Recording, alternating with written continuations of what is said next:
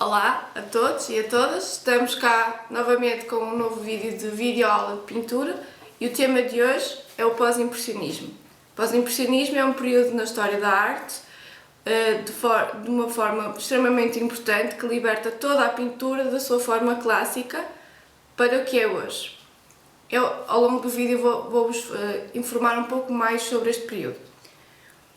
Contudo, no vídeo passado falei-vos de um pintor, de Vincent van Gogh, pelo qual estudamos um desenho, fizemos a análise desse desenho e executamos o exercício.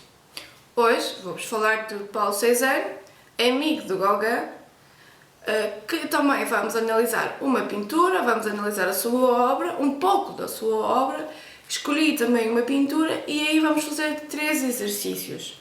Um exercício a caneta, um exercício a lápis e outro a carvão. E espero que vocês ponham aí nos comentários as fotos dos vossos exercícios. E alguma dúvida, claro. Bem, e porquê o pós-impressionismo? O pós-impressionismo foi uma pintura, foi um período da história da pintura que libertou então a forma clássica da representação.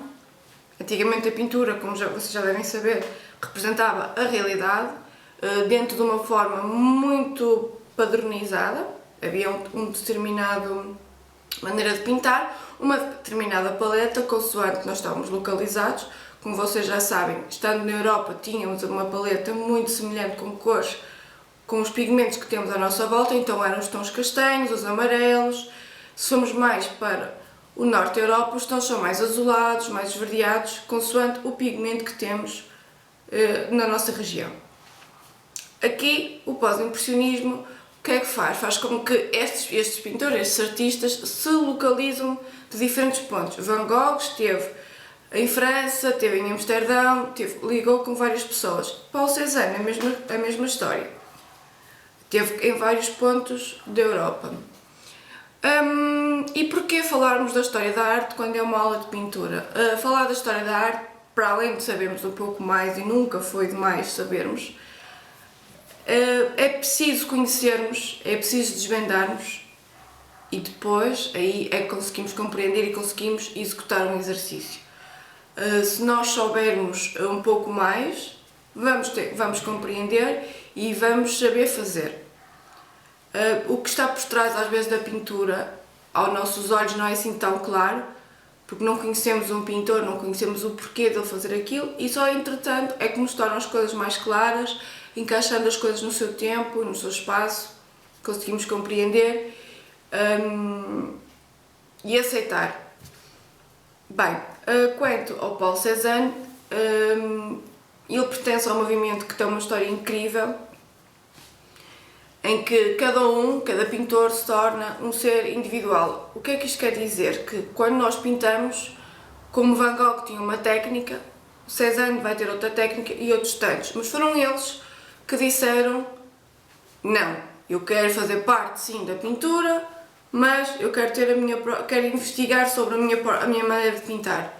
E vai daí que é tão importante falarmos sobre eles pela forma como eles tratam a própria pintura, a própria pincelada, e vocês vão ver que mesmo sendo Van Gogh o pintor do vídeo passado e Cézanne o pintor do vídeo de hoje, serem diferentes, têm as suas semelhanças. Fazem todos parte deste mesmo período, um período de perturbação ao longo da pintura. Se tiverem perguntas, eu vou tentar responder nos comentários, podem fazer. E sugestões também já sabem que eu estou aberta a sugestões. Portanto, em resumo, 3 exercícios, vamos analisar mais uma pintura, fazer a desconstrução dessa pintura e vamos fazer então um exercício a lápis, outro a carvão e outra a caneta. Certo? Vamos lá!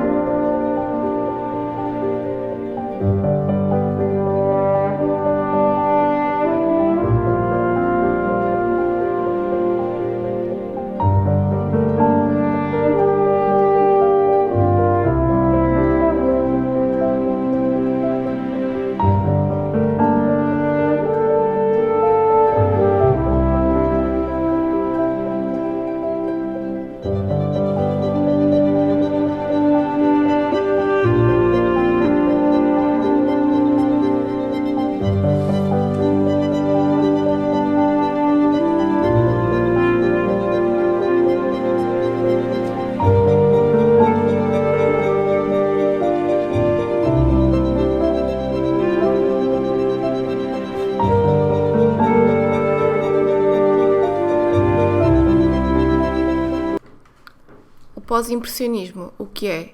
É um período artístico, um período que começa no século XIX e vai até a metade do século XX. Foi um período muito nosso, muito da Europa. Desenvolveu-se aqui muito perto, na França. É onde nasce também o impressionismo. O pós-impressionismo, o pós, é um período artístico muito importante, porque é ele que nos vai dar o passo que nos desenvolve para a pintura que temos hoje. Tantos géneros de pintura que nós hoje temos foi à custa do pós-impressionismo. Artistas como Paul Cézanne e Van Gogh têm uma influência muito grande no decorrer da pintura ao longo deste tempo. Eles não se identificavam com o movimento impressionista e, por isso, nasce o pós-impressionismo. É com eles que procuravam novos estilos, novos conceitos, novas formas de trabalhar a pintura, fazendo um recurso intensivo da luz e da cor nas suas obras. Este senhor aqui, como podem ver, é Paul Cézanne, amigo próximo de Vincent van Gogh, que vos falei no vídeo anterior. E eles refletiam, falavam sobre a arte da pintura, a forma como a pintura se envolveu ao longo do período do século XIX. E é com eles que a pintura se liberta. Vamos ver algumas obras de Paul Cézanne.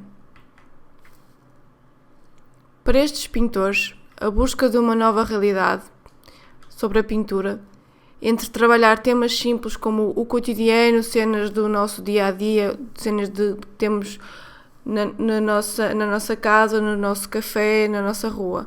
O importante aqui é não o tema, mas sim novas formas de pintar, novas formas de trabalhar o traço, novas formas de representar a realidade, não copiando, mas só a impressão da realidade.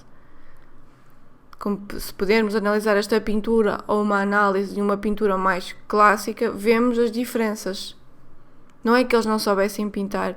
Aqui a questão é, a pintura tinha mesmo necessidade de representar a realidade? Ou podia falar sobre as nossas emoções, podia ser feita de uma forma mais primária, mais rápida, mais expressiva?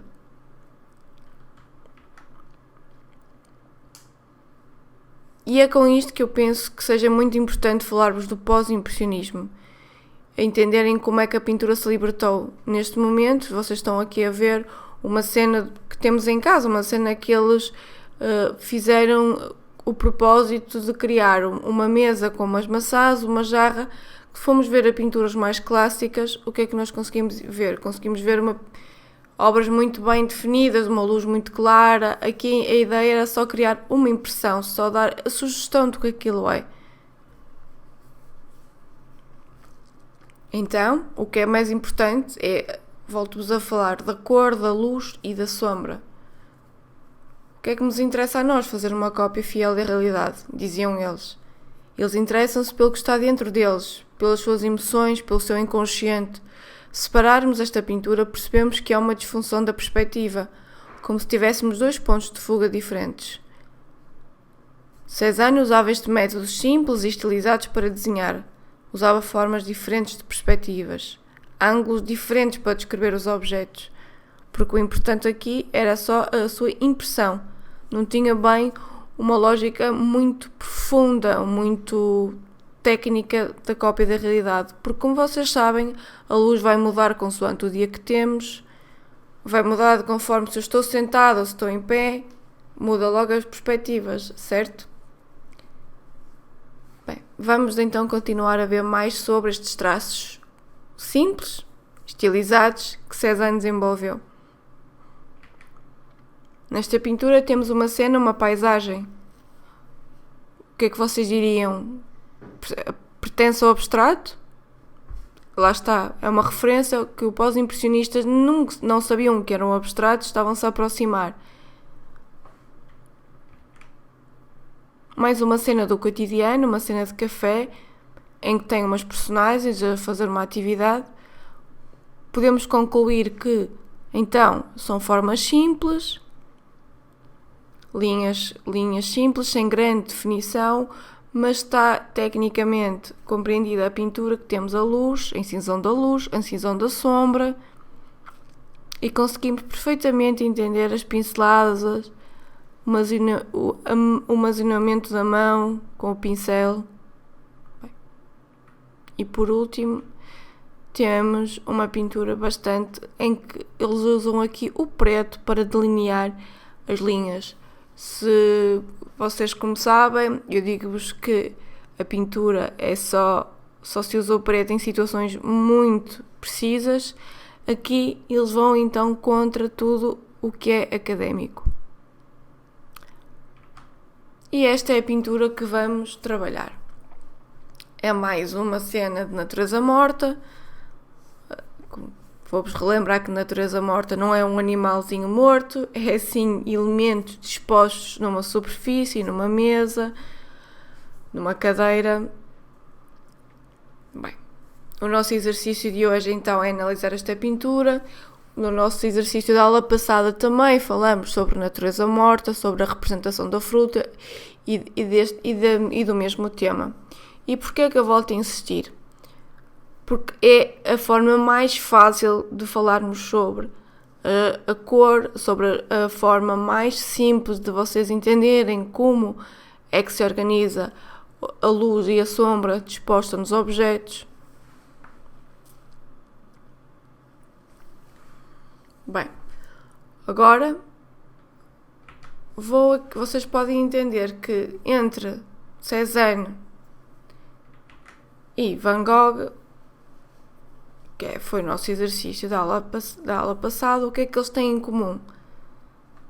Temos uma perspectiva estranha, não é? Espontânea, uma intensificação das cores, uma intensificação das pinceladas, mas o desenho das formas são umas formas simples, traços estilizados e apenas é uma cena comum.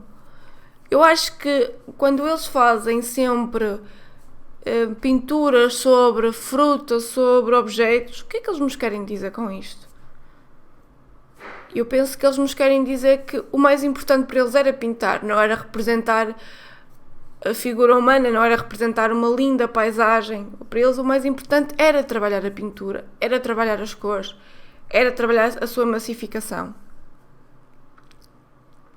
E às vezes conseguimos também perceber ao longo da história que esta cena aqui do dia a dia, percebemos entender qual é também a sua função histórica, os jarros da época, os pratos, os móveis. Bem, vamos estudarmos então a pintura de Paul Cézanne. Esta cena é um bocadinho mais complexa da cena anterior. Voltamos então a ter uma mesa com fruta e com louça.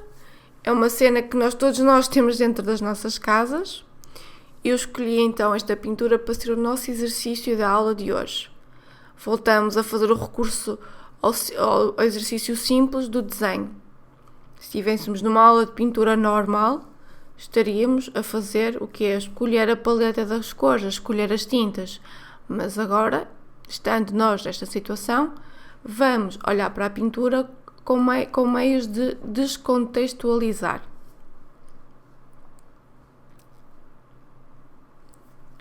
Bem, este nível de dificuldade é um pouco mais alto, admito, mas só assim é que nós podemos também crescer a nível do desenho e da pintura. Vamos então fazer a nossa pequena análise. Nesta pintura, o que é mais evidente? São os traços mais estilizados, a forma como a maçã foi pintada, a maneira como ele deu volume à maçã, à mesa, aos objetos. Vamos então fazer a análise do desenho. Temos a nossa famosa linha horizontal. A nossa linha horizontal é o topo da mesa, não é? Que divide o desenho. E agora temos a nossa linha vertical. Portanto, temos a nossa pintura em 4 partes. A linha horizontal e uma linha vertical. Nós do que é que conseguimos compreender? Que a jarra está dividida pelas 4 partes. Está mais situada no lado esquerdo e é o único objeto que tem maior escala. Portanto, quando nós fizemos o desenho, sabemos que a jarra é maior que o restante objetos dispostos nesta pintura. Bem, temos um bocadinho da jarra no lado direito. Continuando.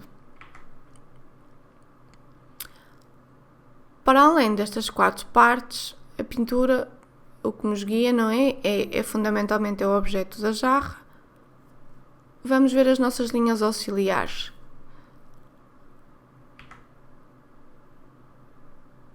Temos as linhas da mesa, que são as linhas que nos vão auxiliar à compreensão do desenho.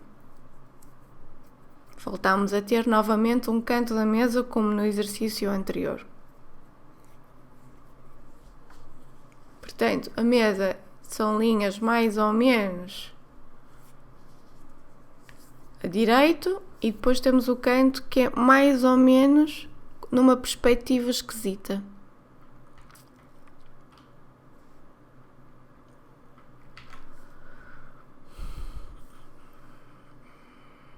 Bem, continuando. Temos então várias formas geométricas, como nós fazemos a análise deste desenho. Temos as maçãs, os limões, a jarra. Do lado esquerdo temos então 4 maçãs que compreendem a forma circular ou oval. Eu estou a não ligar aquelas maçãzinhas pequenas, estou apenas a pensar no lado esquerdo temos 2 maçãs verdes, 2 maçãs vermelhas e um limão. A jarra penso que compreende a uma forma mais retangular. Do nosso lado direito temos então uma perspectiva mais curiosa, em que nós podemos encaixar novamente o prato de uma diferente perspectiva. Lá está, perspectivas que eu vos falei há pouco de serem estranhas. Temos um prato e mais 4 maçãs. Lembro-vos que não estou a falar das maçãzinhas pequenas para simplificar o quadro. E temos ali penso que seja um vaso também que não vou considerá-lo nesta pintura, para ter menos informações. Então, o que é que nós podemos analisar? Temos fruta do lado esquerdo e do lado direito, abaixo da linha horizontal, e o que está mais ou menos ao centro é a jarra, portanto vai ser a forma principal. E então agora vamos ver estas linhas básicas sem a pintura por baixo. Cá está. O que nós temos que ter de linhas auxiliares é mais ou menos isto, para iniciarmos o nosso desenho com mais pormenores.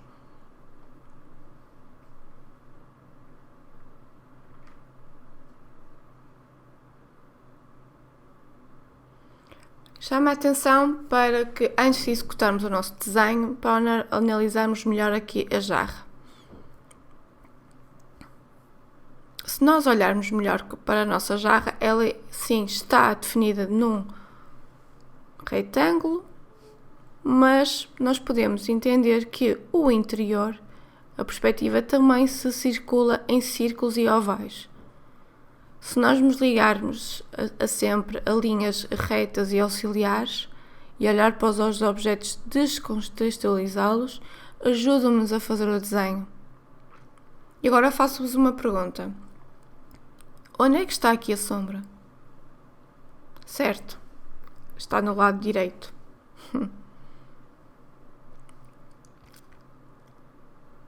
Volto a referir para as linhas angulosas e retas e simples que Cézanne usou.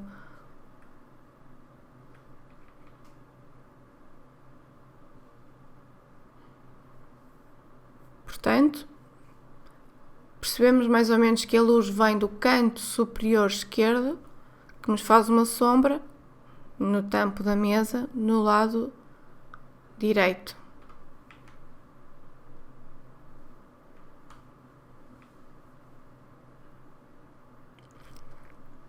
Olhemos mais com atenção para a jarra e vamos tentar fazer aqui um exercício simples antes de voltarmos ao desenho. Se tivéssemos que começar a pintar acrílico, que paleta é que nós usaríamos para fazer uma maçã, a maçã verde? Conseguem? Conseguem me dizer qual é que era a sombra? Qual é que é a cor fundamental? Sim, estamos a falar do verde. Temos então o verde como a cor principal. Para darmos um tom mais claro usamos o amarelo e não o branco, não é? Porque o branco vai-nos tirar o brilho, o amarelo ajuda-nos a clarear o verde. E sendo o verde uma cor classificada como escura, eu para fazer a sombra faço uso ao castanho, aos poucos, ou só em situações muito específicas é que uso o preto para dar a sombra, mas só em situações muito específicas. Mas aqui, lá está, estamos a falar de desenho, não é? Ele usaria logo o preto. Bem, voltemos então ao desenho. O material que vamos usar hoje então é os lápis, o carvão e canetas. São 3 exercícios sobre a mesma pintura, mas resolvidos com materiais diferentes. Se vocês não se lembram, isto é, uma lapiseira, temos lápis que tem um traço diferente. Tem esta trama diferente. Estou apenas a fazer um resumo.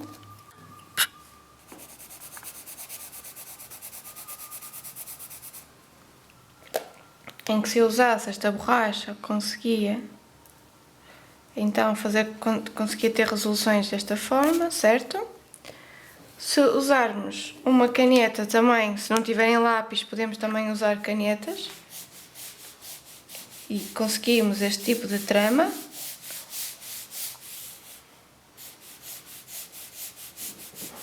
Uma trama mais larga ou outra mais junta. Podem ter vários tipos de caneta em casa.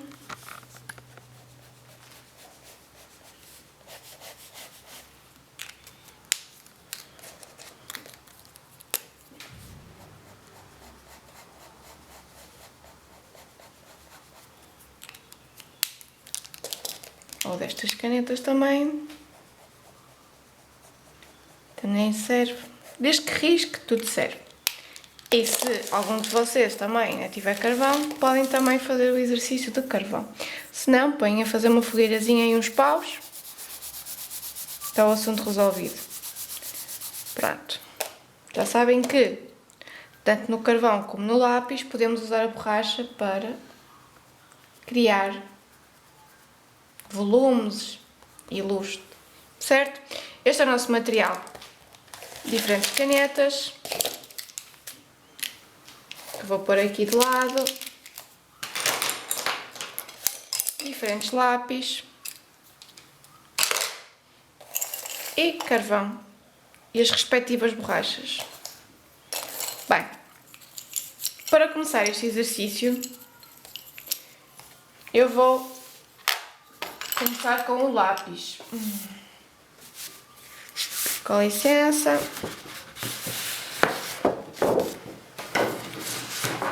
Ok, vamos lá então. Vou então começar com o lápis 2B. Se não tiverem um lápis 2B, têm uma lapiseira, não interessa. Aqui não há desculpas. E vou começar por fazer então as nossas linhas guias. As linhas de horizonte, a linha vertical, certo? Temos então 1, 2, 3, 4. Como nós tínhamos visto no vídeo anterior com a imagem, temos o tampo da mesa, que é a nossa linha vertical, que é mais ou menos isto. Depois temos um ângulo que podemos tirar se esticarmos o braço a olhar para o computador. Desta forma, conseguimos capturar, perceber o ângulo, certo? E fazer. Depois temos a parte inferior da mesa. Nós sabíamos que a jarra ia andar aqui, não era?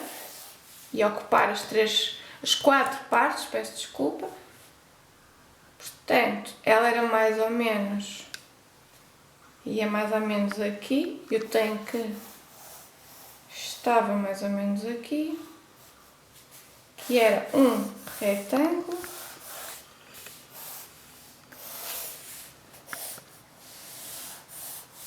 Um retângulo. Depois tinha aqui a maçã, que não era tão grande. Uma maçã, outra maçã. Eu tenho o tampo da mesa muito pequenino. Porquê? Porque fiz uma jarra enorme. Vamos então aqui alterar isto. Pronto.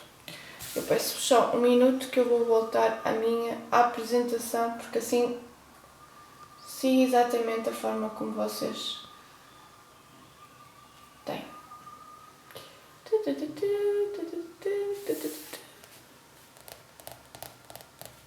Só um bocadinho.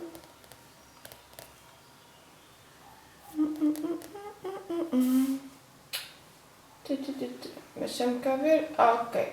É aqui. Portanto, era assim que nós tínhamos feito. Pronto. Muito bem.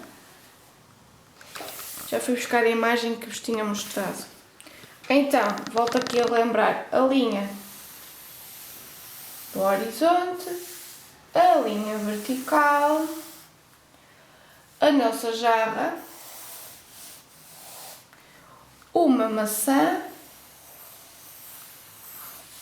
o tampo da mesa aqui mais abaixo, 2 maçãs, 3, 4. No lado direito temos um prato, que eu tenho que... um prato de uma perspectiva muito esquisita, que está uma maçã, 2, 3. Ah, esqueci-me aqui do limão. Pronto, e é mais ou menos isto. Agora, como semelhante ao exercício anterior, então eu vou fazer apenas muito rapidamente as sombras e alguns pormenores. Então, jarra, maçãs e limões. Vamos lá então. Podem consultar o exercício anterior para vocês verem a imagem melhor, que é aquilo que eu estou a fazer neste momento. Estou a ver como é que eu fiz os traços.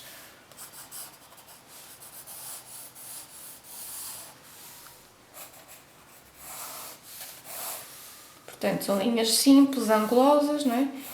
Tínhamos visto também que esta zona era mais ou menos assim uma oval. E pronto. O que é que vocês podem fazer se não tiverem a mão assim tão treinada? Podem treinar a fazer algo assim deste género. A criar ovais, círculos. Porque a mão vai criar um ritmo. Sim? Também então. Voltando.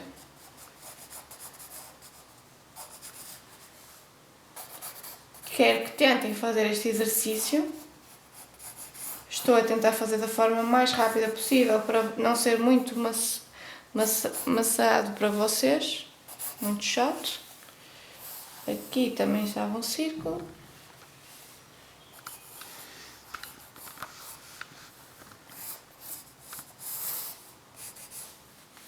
Agora temos aqui uma maçã.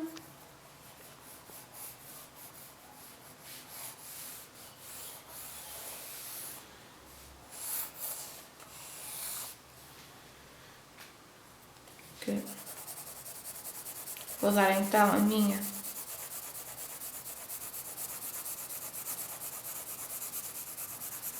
vou dar um tom cinzento geral.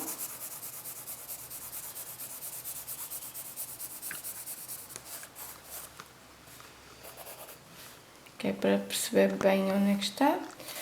Aqui será outra maçã.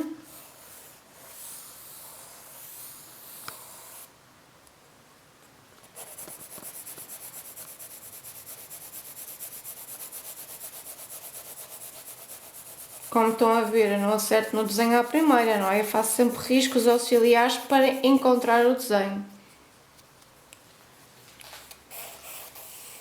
Essa ideia de que as coisas são feitas à primeira é uma ideia muito mal concebida, muito falsa.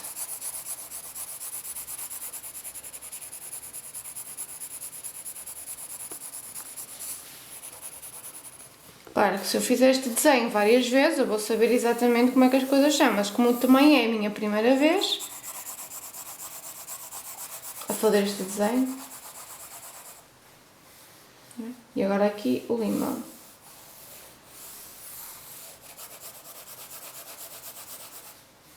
Portanto, o tampo da mesa vem cá em baixo.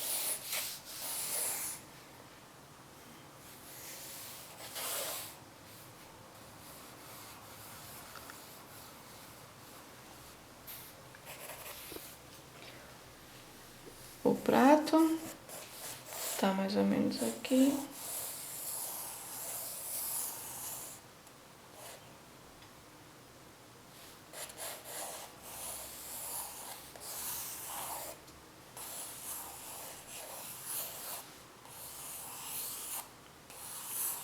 Isto pode-vos parecer confuso, mas eu já vou começar aqui a criar sombras. Bem, quanto à jarra, então, ela tem uma sombra no interior. Eu peço desculpa, mas eu já estou aqui, posso para tudo, já estou aqui a sujar. Se calhar vou ter que ir ali buscar um bocadinho de papel. Com licença. Isto já me vai ajudar, não sei se vocês se lembram, mas podemos sujar o desenho. Ou então,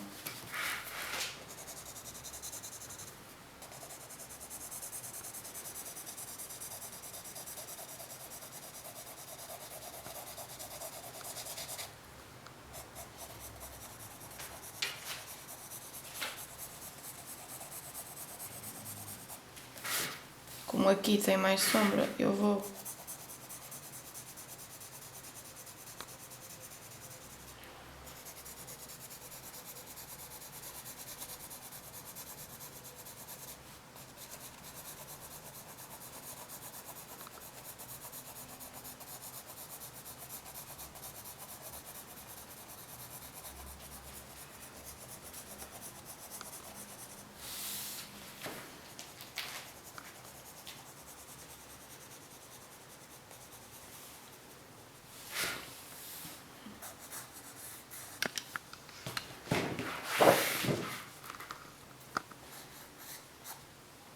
onde está a baixa.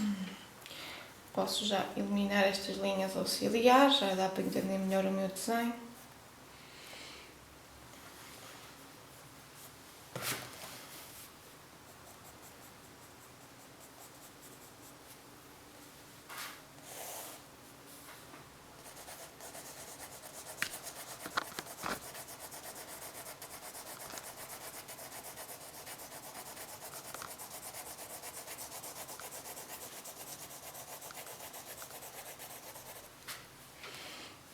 Vou também começar a apagar aqui estas linhas, um bocadinho de lápis.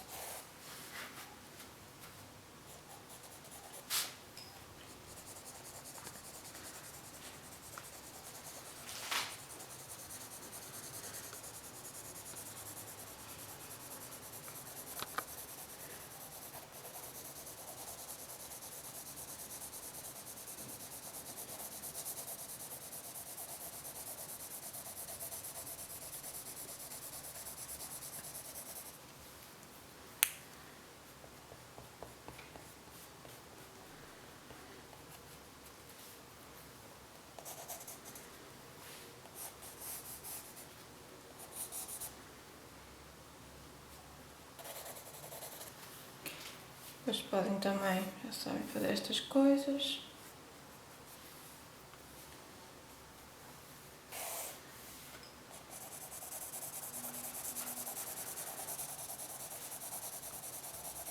Aqui, como tínhamos falado, tem mais sombra, então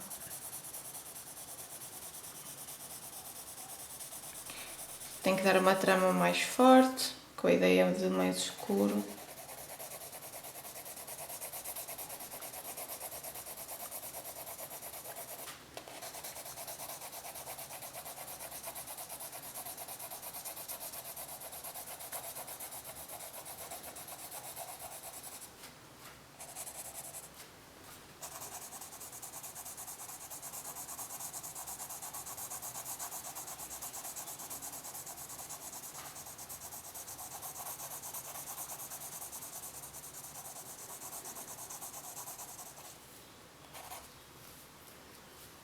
termos o recurso à borracha também nos dá a ideia de...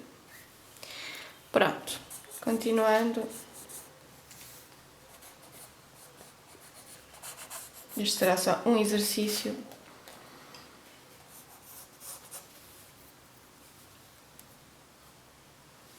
de linhas e com pouca sombra.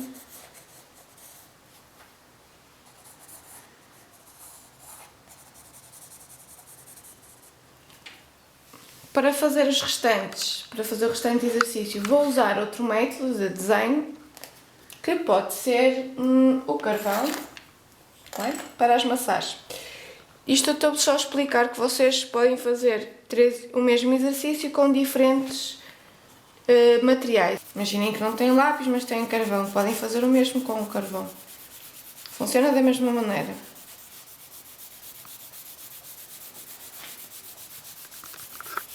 O carvão, como é a ponta é mais larga, conseguimos fazer mais rápido, não é? Então, quanto aqui, o que é que nós trabalhamos muito com o carvão, se bem se lembram, com a borracha pão.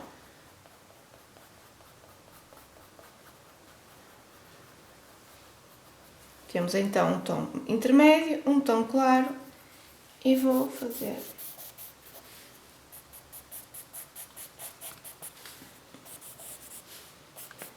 Para vos facilitar a visualização deste vídeo, estou a fazer com diferentes materiais o mesmo, com diferentes materiais um só desenho, mas vocês devem fazer o desenho completo só com um tipo de material.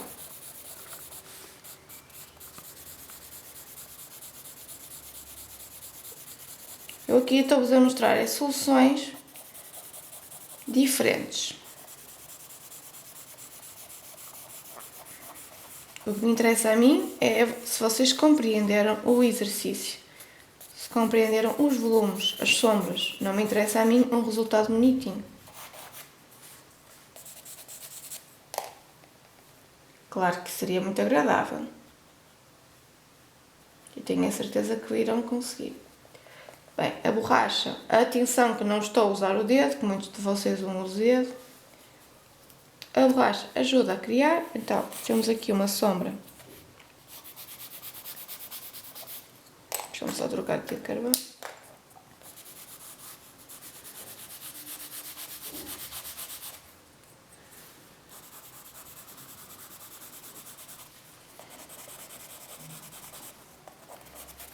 Aqui é uma zona muito escura, eu posso mesmo fazer isto. Piu, piu, piu, piu, piu, piu, piu, piu.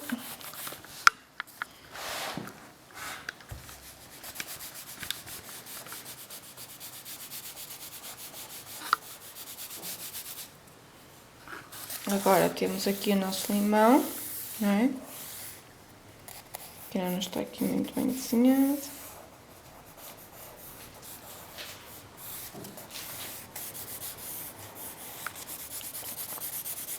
Temos só ter atenção que o carvão, ao contrário do lápis, suja mais, não é? Faço uma sombra geral. Isto é como na pintura. Dou uma cor geral e depois é que eu começo a dar os claros e os escuros. Portanto, aqui temos aqui mais luz.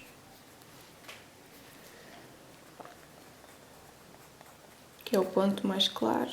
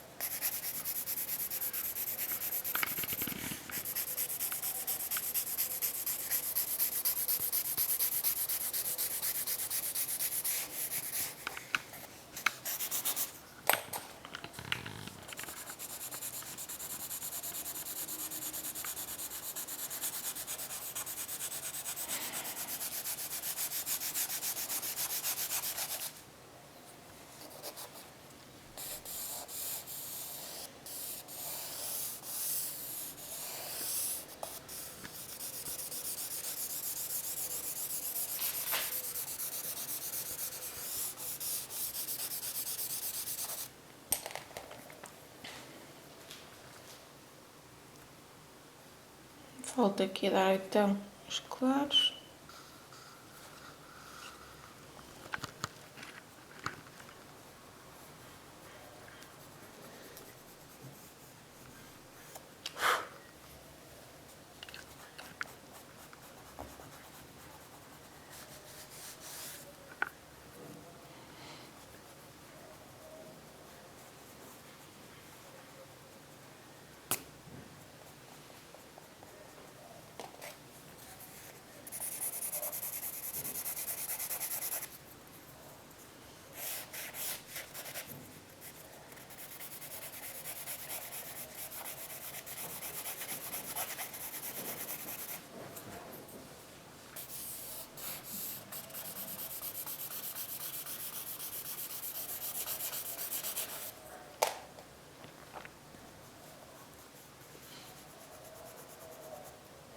Portanto, a borracha aqui, se não tiverem a borracha, como já falei, podem usar o miolo de pão.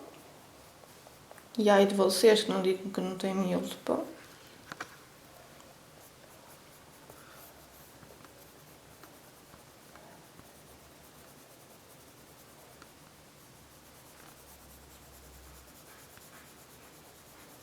Pronto, a borracha ajuda a criar aqui uma textura mais suave, mais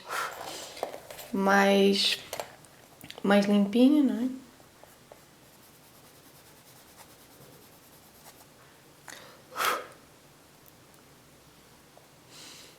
Os pontos de luz é estes aqui.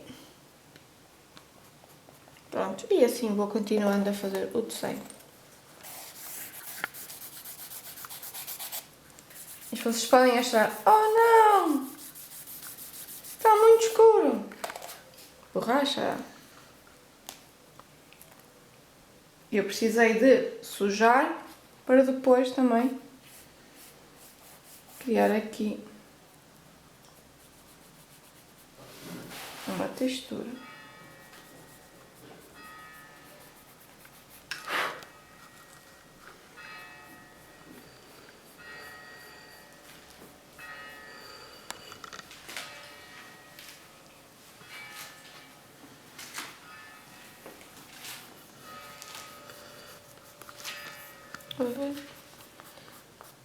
Sei que muitos de vocês vai aqui na tentação de usar o dedo, mas por favor, tentem não o fazer, porque o dedo só tem gordura.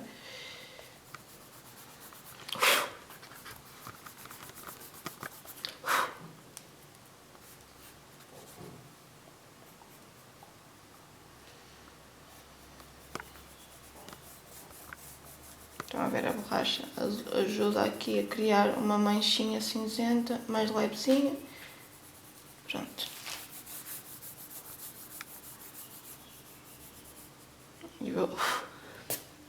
E vou continuar.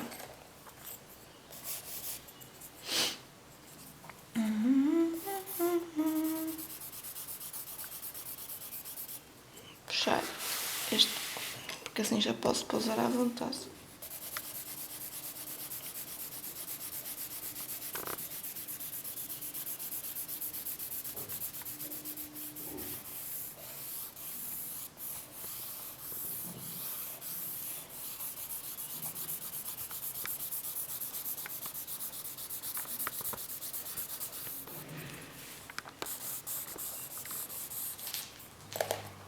Estou aqui também a descobrir a forma.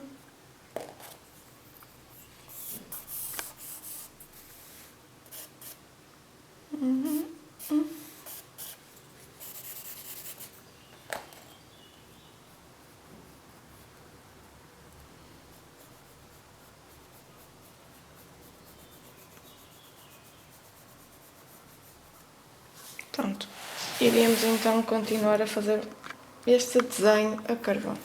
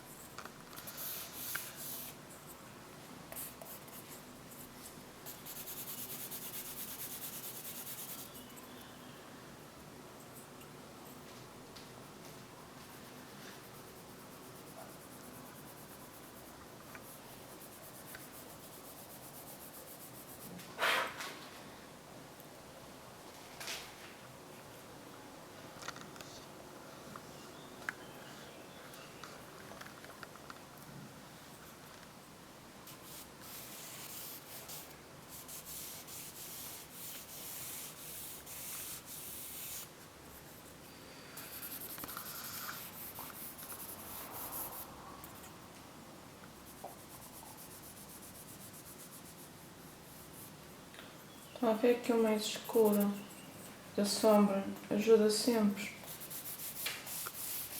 Entendem o meu desenho?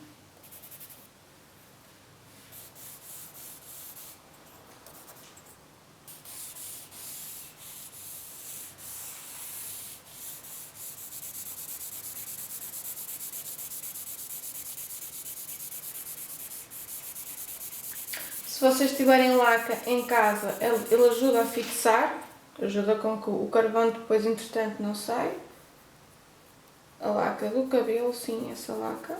Claro que não é o mais recomendado, mas é o que se pode usar. E é o que eu uso, na verdade. Que ajuda a fixar, então, não sei.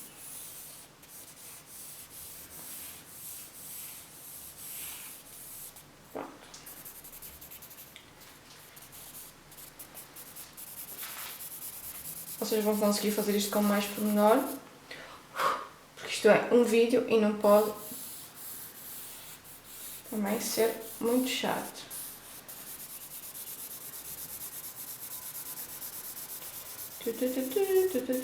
Pronto. Se eu agora quisesse resolver, se eu não tivesse o carvão nem os lápis, mas se quisesse resolver o exercício a caneta, que é aquilo que eu vou buscar. Ok, aqui umas canetas.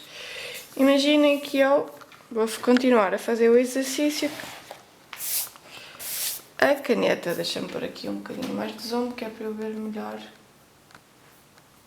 como é que é isto.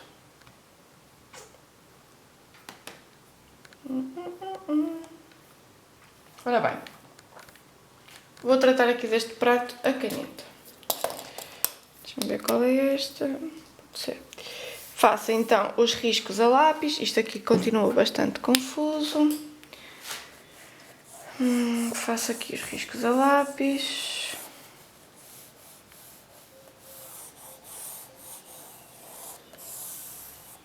Deixa-me apagar, que assim já se torna melhor leitura. Aqui isto. A borracha está um bocadinho preguiçosa. Então, o prato. Tinha aquela perspectiva esquisita. A maçazita aqui. 1, 2, 3. Nem sei se é uma maçã ou se é uma laranja. Há de ser qualquer coisa. Ora bem, eu então, com a caneta, o que é que eu posso fazer? Posso tentar fazer um desenho.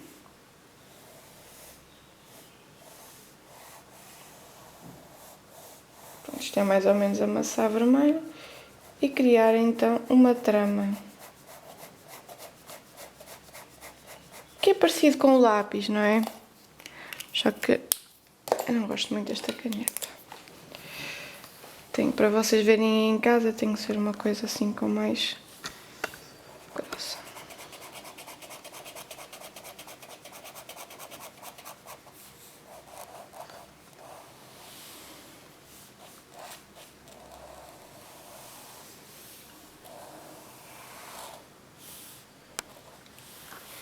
Pronto. Na zona de maior sombra eu tenho que fazer umas linhas mais juntinhas e na zona de luz faço umas linhas mais afastadas. Claro que aqui, pronto, tem um grau de dificuldade um pouco maior, não é? Porque eu aqui não posso simplesmente apagar. O que é que eu posso fazer? Posso dar aqui umas sombras assim, largas. E depois voltar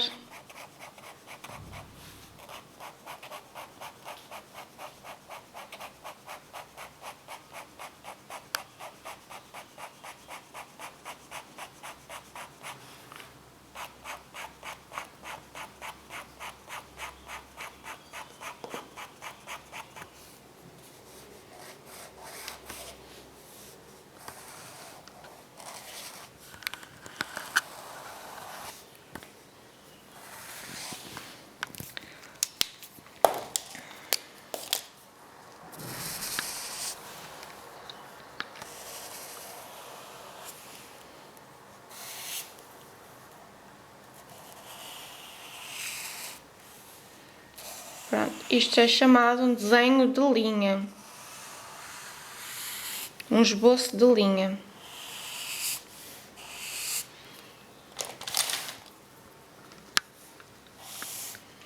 Pronto. Agora vamos ver isto de um ponto de vista... Vamos ver tudo, então. Em suma, o que é que nós temos aqui? Temos um desenho sobre um quadro feito a lápis, a carvão e a caneta. O que é que nós podemos fazer? Podemos fazer este exercício, que é... Vou aproveitar aqui esta folhinha, que é fazer pequenos esboços. Então, esperem só um bocadinho. Fazer pequenos esboços. Vou recapitular o que é que andamos aqui a fazer até agora. Então, para vos ser mais fácil entender. A linha do horizonte, a linha vertical, aqui vai estar então o tampo da mesa, aquela inclinaçãozinha, a mesa, a gaveta, aqui está a jarra, que é um retângulo,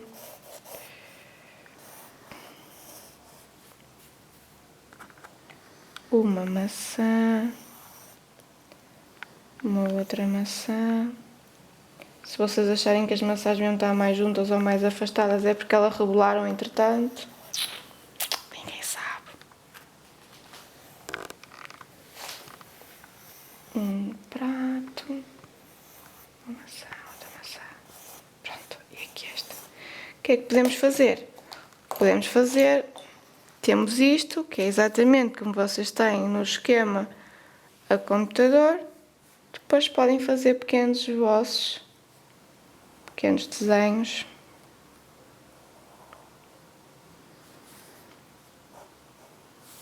Isto chama-se esquice, não é? É aquilo que vocês veem as pessoas a fazer às vezes na rua. Pronto, se vocês o fizerem muitas vezes, com o mesmo quadro, ou até mesmo uma cena que vocês tenham aí em casa, na mesa ou assim, vocês vão treinando a mão. Aqui a sombra. Fazemos isto. Espero que digam-me qual é que foi mais fácil, quais é que foram as vossas dificuldades, para na próxima tentar combater isso. Aqui a sombra.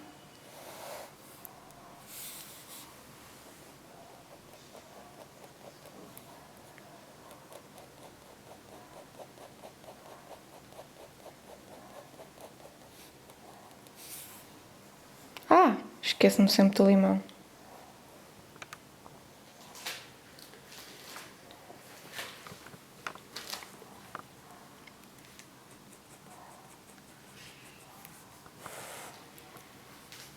Se nós o fizermos muitas vezes, estamos a treinar a nossa mão. Não interessa o resultado, interessa que fazemos.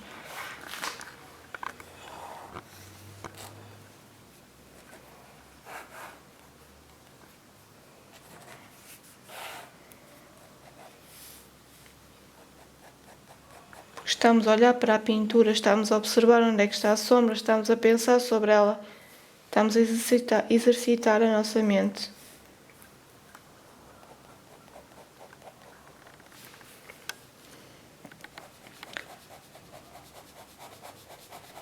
Podem fazer isto a caneta, podem simplesmente pegar, com licença, podem simplesmente pegar numa zona do quadro que mais gostam. Imagina que eu gosto muito desta jarra, vou só fazer aqui a jarra. Vou fazer então aqui um pequeno só de um pormenorzinho da jarra, por exemplo. Vou fazer a caneta. Pode ser.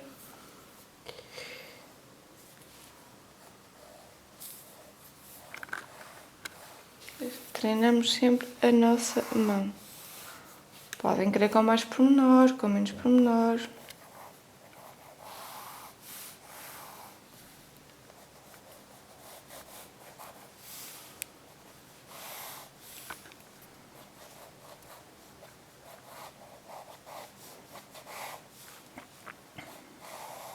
Bem, com isto, o que eu quero dizer é que nós, conforme o material que temos em casa, tentemos fazer a cópia de artista desta pintura. E tentar não é só uma só vez, é fazer várias vezes.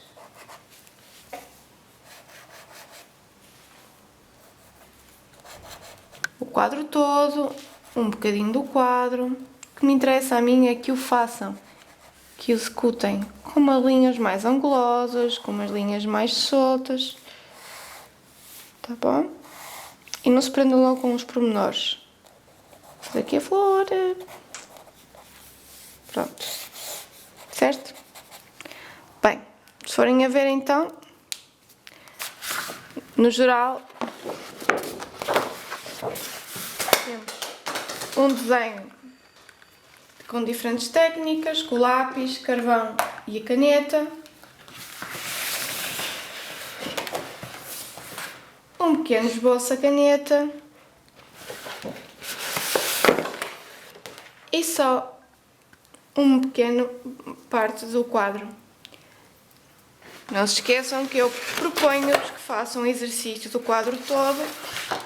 Podem usar só uma das técnicas, ou lápis, ou carvão, ou caneta. Ou podem fazer 3 exercícios com lápis, carvão e caneta. Alguma dúvida já sabem. Até já!